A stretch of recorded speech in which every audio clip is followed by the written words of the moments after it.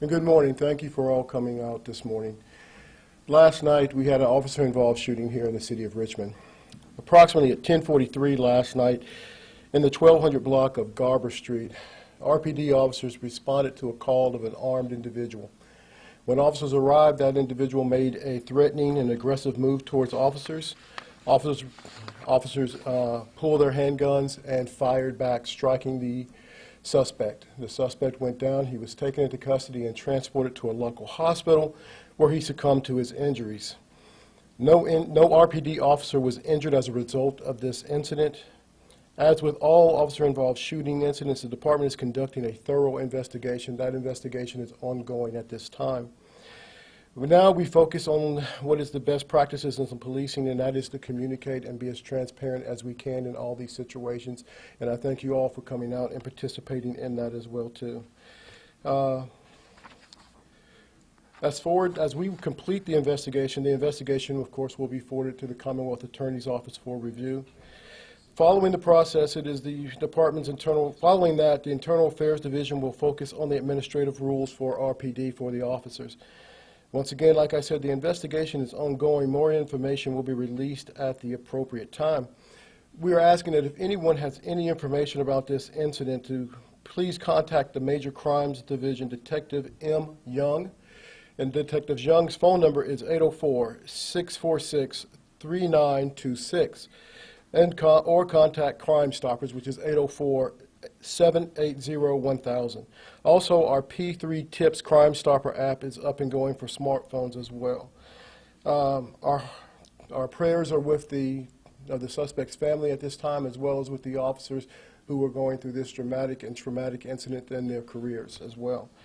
To go ahead and to try to preempt some of the questions that you may have, I will tell you that the suspect's name is not being released at this time, pending notification to the next of kin. Once that's done, we will give you that name as well, too. The officers involved are Richard Redford. He has been with RPD since 2011, as well as Shannon McGarver, who has been with RPD since 2017. You're going to ask, did the suspect, was he armed? Yes, he was armed, and a gun was recovered there on the scene.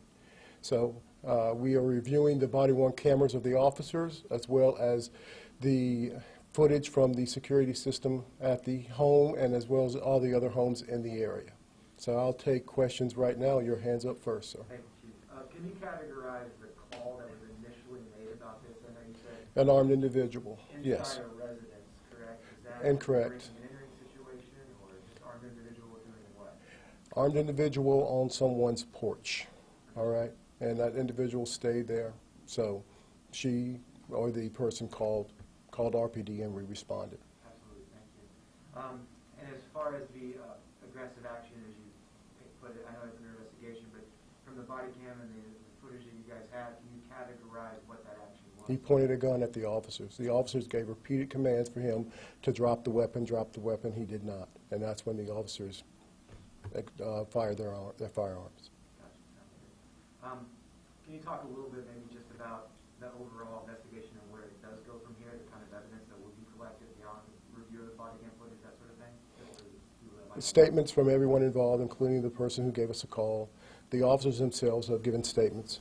We will be reviewing and lining that up with all the video evidence that we have as well as just canvassing the area and the homes around there to see what other video and what other statements that we can find out about the subject, as well as, looking into his past to see what may have caused this or what led him up to this particular incident.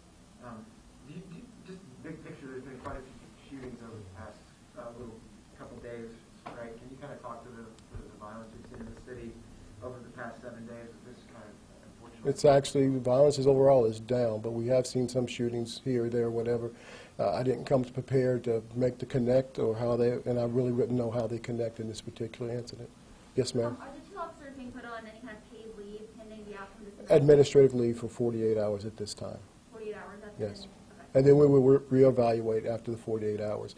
Of course, we have concerns for them as well as the suspect's family and the suspect as well. It's a traumatic incident in an officer's career. It is a lot of emotions that they go through as well. We want to make sure that they are doing well. And the homeowner, that man was on her porch, no relation, she does not know him? Not at this time. There was not, that's not something that is clear. We don't believe so. And I think your hand was up and then yours. What type of gun does the suspect have? It was a handgun. I'm not going to release what kind it was at this time.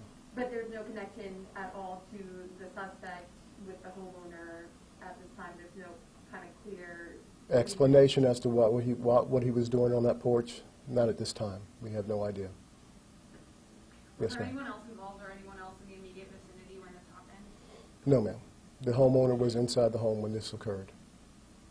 One quick follow-up. I know you mentioned both officers involved. At this point, do you know if both officers discharged their weapon or if it was one? Is that something that you guys have information on?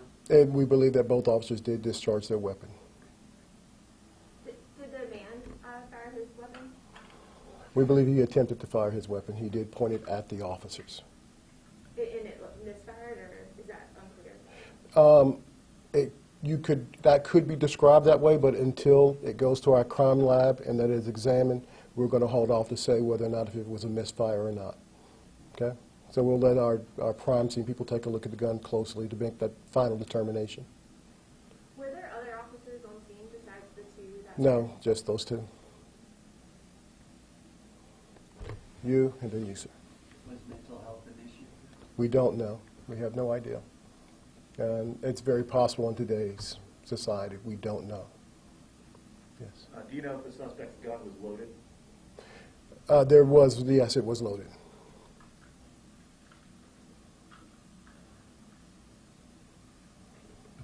Yes, ma'am. After that 48-hour window, I mean, what happens then? I mean, what does that look like in the investigation and stuff?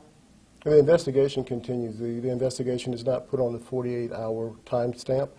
That is for the care of the officers to see how they are doing within 48 hours. We want to make sure that they are adjusting correctly and that we are giving every bit of help that we can and support to them that we can.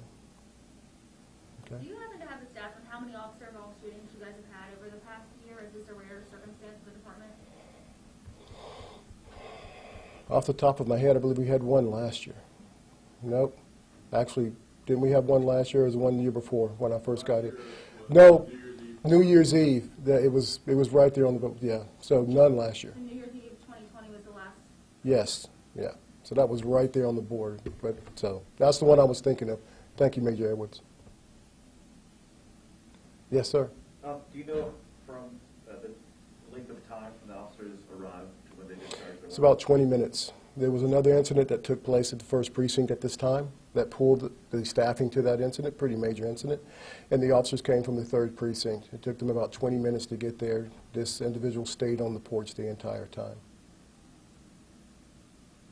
I'm sorry, 20 minutes from their call to their arrival? Correct. Okay. How long from their arrival to the shooting? I can't say. I could approximate that with less than a minute. That's from what I've seen with body-worn camera. Is there any reason to believe that those two incidents are related? The one prior to and this one, no. There's no indication that they are related at all. And that major incident you're talking about in the third precinct is the shooting? Yes.